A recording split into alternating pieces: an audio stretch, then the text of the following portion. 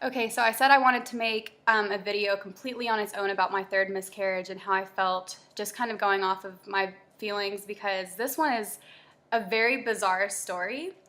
And so it kind of needs its own video just for an explanation, or else my other video would be 30 minutes long. So, like I said, we found out on like a Friday.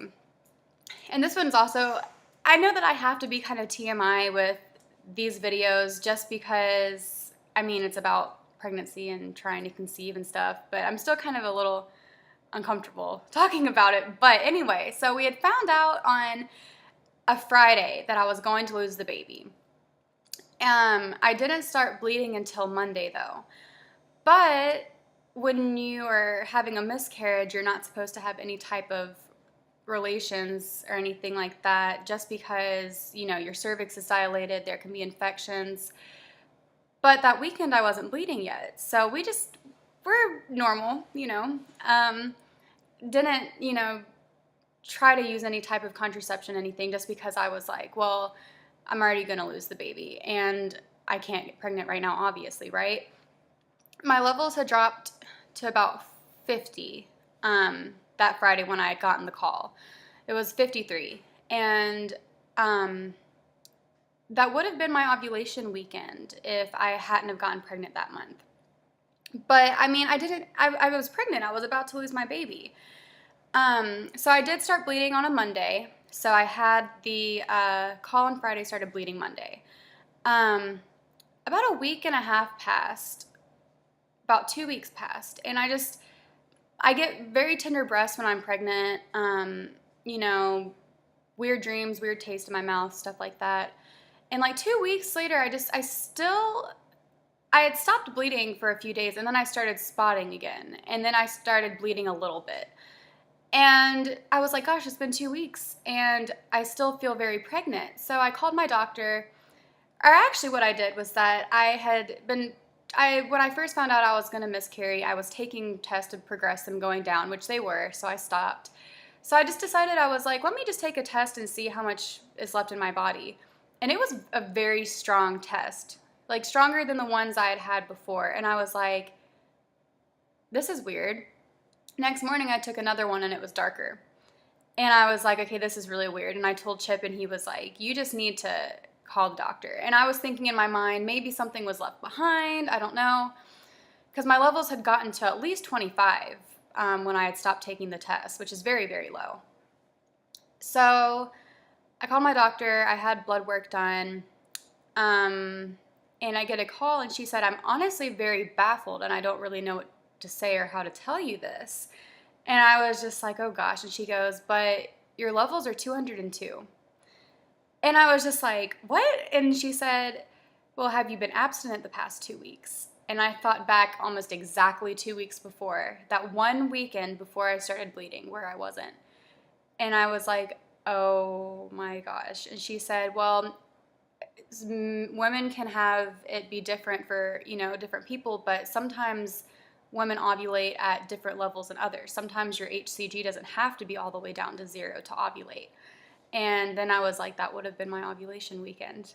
So my HCG had dropped just enough to where that weekend I ovulated. And since it takes 8 to 10 days to implant, it implanted right at the end of my bleeding. Yeah, so I was pregnant for the third time in 2 months.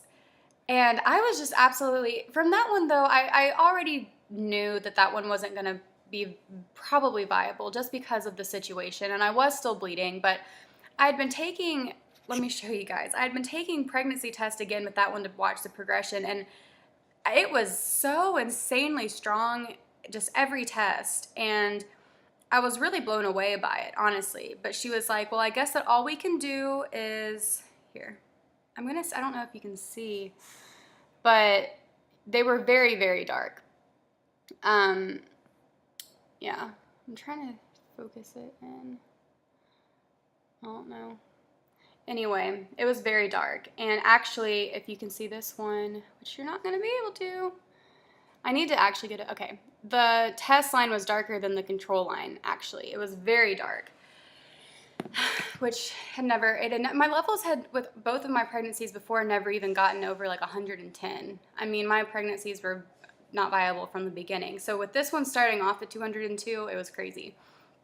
But I was having some discomfort, so I'd gotten that call like on a Thursday, and on Sunday I was back in the hospital, and they said my levels had only gone up to 286. And within 48-hour increments, they went 202, 286, 320, 386. And by the time I got that 386, my doctor did an ultrasound, and we did see a sac.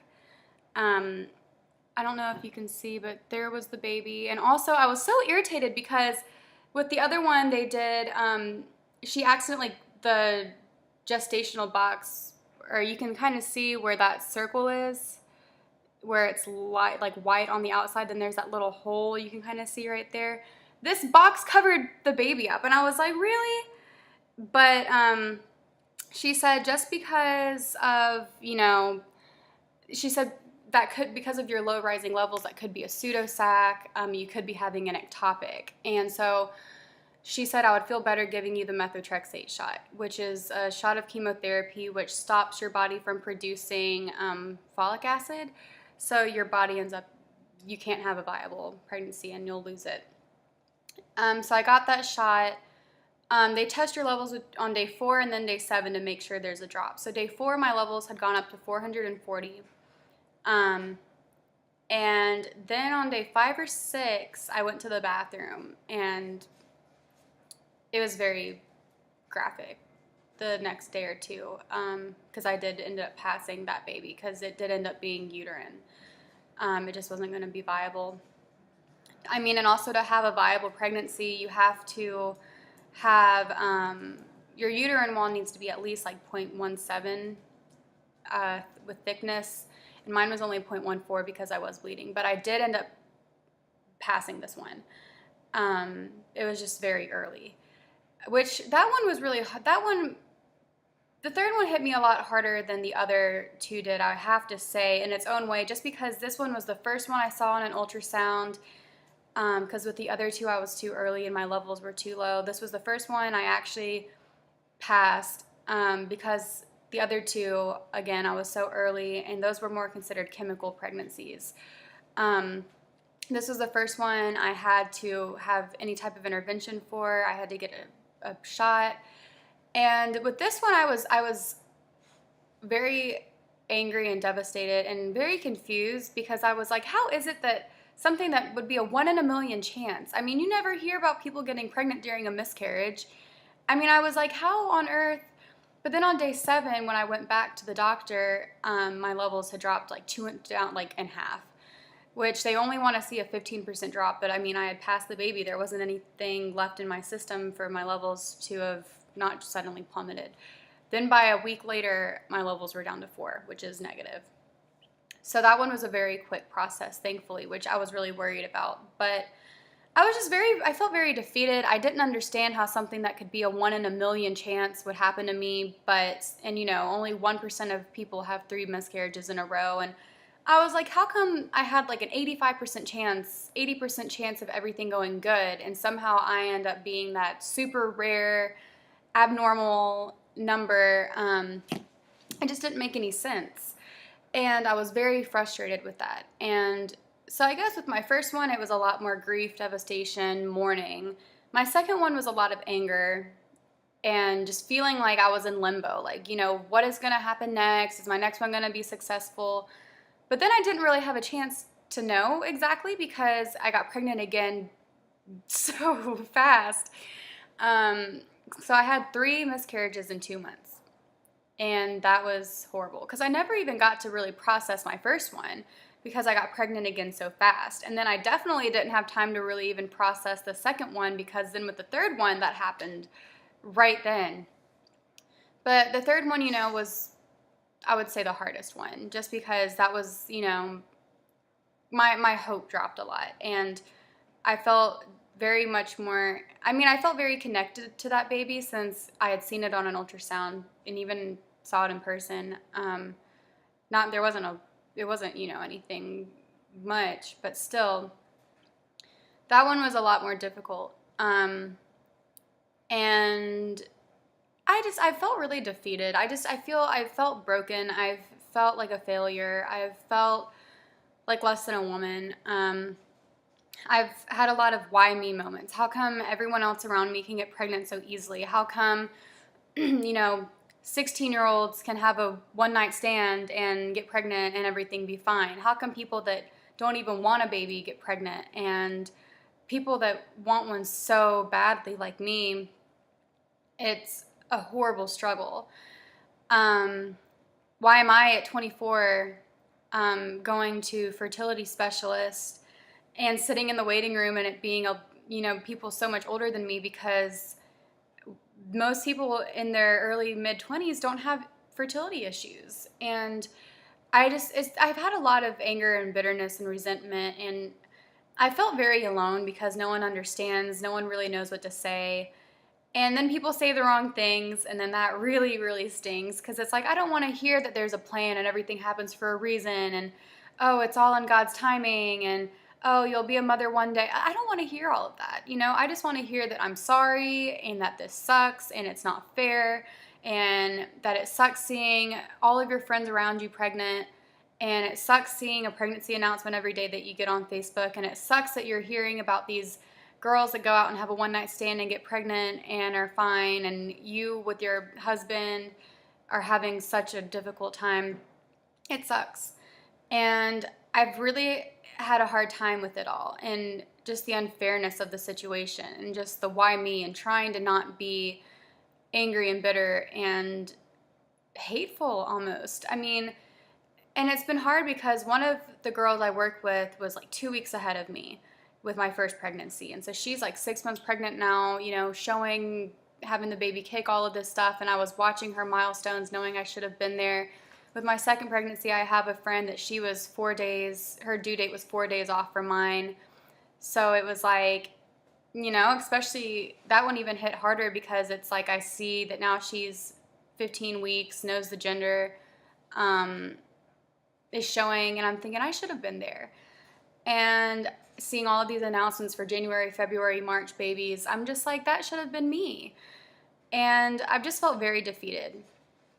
And I've had a hard time not feeling broken. And I have a really hard time with patience too, which this whole process has had to be just patience, because you have the first half of the month, and then you have the 2-week wait, and then if that doesn't work, then there's a whole month that you have to do it all over again. And getting the methotrexate shot, I got that July 5th, and today is August 22nd.